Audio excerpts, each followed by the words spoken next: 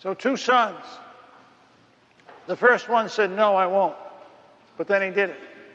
The second one said, okay, but then he didn't. So which one did the father love more? Don't worry, there's no answer to that. Been trying to figure it out all week.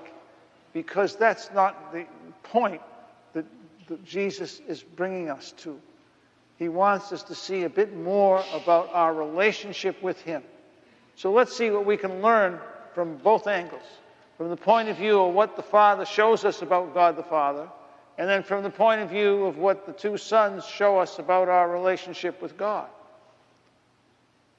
So the Father.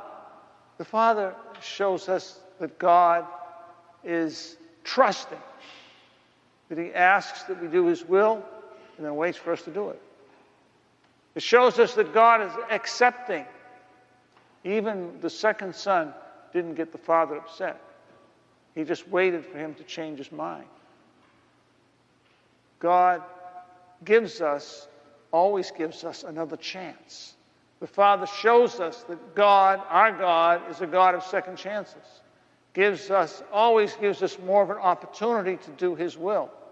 Is always prepared to forgive us for failing to do his will. It's almost like the father in the prodigal son story. The father who went out to the prodigal son when he came back home repentant. The father who also went out to the son who was going to have no part of the party because he hadn't been treated well enough so far in his estimation.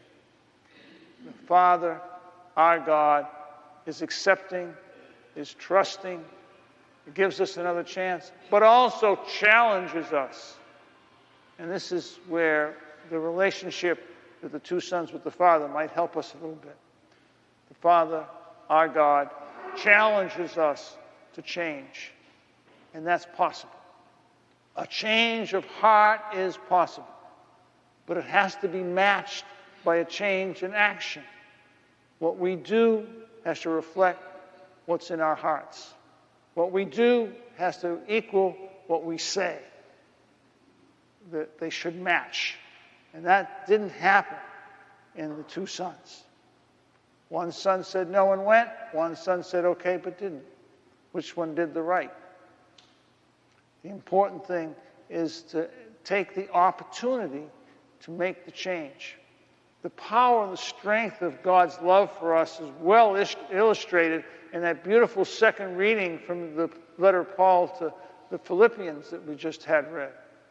He did not deem equality with God something to be grasped at, but rather came down and suffered everything that's human, even death, on a cross. This is the Son of God. And it's that type of love, that life-giving love, that God shows us through the ministry and the mission of his Son, Jesus Christ. The one who came, did not deem equality with God something to be grasped at, but gave it all up and was willing to die, even suffering on a cross. That's the kind of love our God wants us to know about. If we go way back to the time of Ezekiel in the first reading, there's another reminder of it, that our God is always ready for us to turn. That word turn appears several times in that passage, and it means turning to or turning away from God. Turning to God, turning away from God. Always an opportunity, as long as we still walk the earth, to take that turn toward God, who is accepting, who is trusting, who enables us to change, who challenges us to change in such a way that our actions speak as loud as our words, that the way we live is true to what we have in our hearts.